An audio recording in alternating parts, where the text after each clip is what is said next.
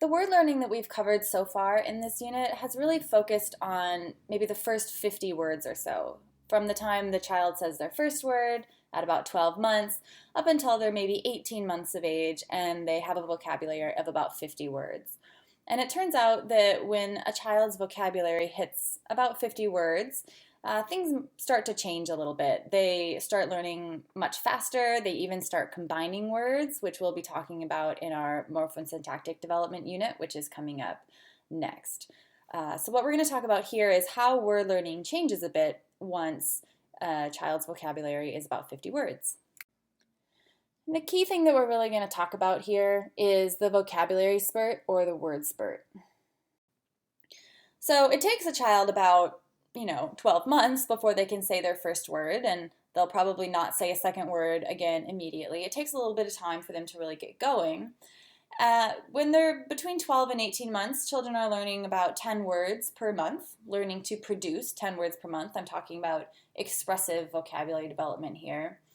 But once the child reaches a vocabulary of about 50 words, which is usually when they're about 18 months old, vocabulary learning really takes off. They suddenly get a lot better at learning words, and they're learning 9 words a day rather than 10 words a month. So that's about 63 words a week, 249 words a month. Crazy degree of word learning. It kind of makes sense if you think about it, because if you're a 12-month-old and you can say one word versus a 20-year-old and you can say many thousands of words, you're going to have to increase the rate that you're learning in order to really get to an adult-like vocabulary. And that increase in the rate at 50 words of vocabulary is called the word or the vocabulary spurt. Researchers have spent a lot of time trying to figure out why this 50 words seems to be kind of a magical tipping point. And one possibility is that around that point, children have something called the naming insight, which is just the insight that, everything has a name. Objects have names, actions have names, properties have names, locations have names. Everything has a name. Once you have this insight, then suddenly children will start saying, what's this, what's this, what's this, what's this, because they want to learn what the name is for everything. So that's one possible source. Children just suddenly, it's like a switch flips, and then they realize everything has a name and they want to know the name for everything. Another possibility is that this is when joint attention kicks in. As we talked about in the mapping problem lecture, children get better they start to be able to use joint attention, so paying attention to what the person who's talking to them, paying attention to what they're looking at when they're using a word. That happens sometime between 17 and 18 months on average. So once you have this social insight, if I'm looking at what my mom's looking at when she says something, I can figure out what she's talking about. So once you have that insight, that can also really precipitate and speed up word learning. Another possibility that is discussed more in the Golenkopf and Hirsch-Pasek book, so I won't go into it in a lot of detail here, but is that infants get better at categorizing objects. So you can read about that in the textbook.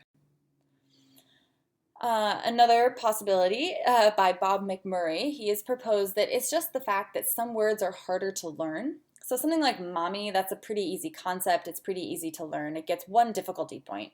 A word like elephant, that's still not too bad. It's concrete. You can see them. You can't necessarily touch them and interact with them in your daily life if you're a child growing up in the United States. So that gets 10 difficulty points. And then a word like aptitude, really complex word, that gets 100 difficulty points. So, you can kind of rate words according to how difficult they are. And children are working on learning more than one word at once, so they're picking up whatever information they can and trying to make these hypotheses about what different words mean. And then suddenly they will accrue enough exposure to all those medium difficulty words like elephant that they'll suddenly learn a whole bunch of words all at once. And that's the beginning of the word spurt. That's his theory based on some mathematical modeling that he's done. So that's one possibility. The final possibility I'm going to discuss is called fast mapping. And fast mapping is basically being really fast at solving the mapping problem. particularly a new word, knowing that a new word is going to refer to an object or a concept that you don't already have a name for. So then if you know the name for everything else, you can figure out really quickly what the new word refers to. So for example, if the child's mother says, "Hey, can you hand me the Blork one?" and the child knows already the words yellow and the words red, they can then infer, okay, mom must mean these orange ones, so Blork must mean orange. So fast mapping is pretty similar to mutual exclusivity, which was also, remember, pretty similar to the principle of contrast. The principle of contrast was about the child's social knowledge of what other people are thinking, but mutual exclusivity is the idea that each language has one word for each object or meaning or concept. Fast mapping is a slight tweaking of that. A new word will refer to an object or a concept or a meaning that you don't already know the name of. I'm not going to ask you to discriminate between fast mapping and mutual exclusivity like on a quiz or an exam, so try not to get too bogged down in those details.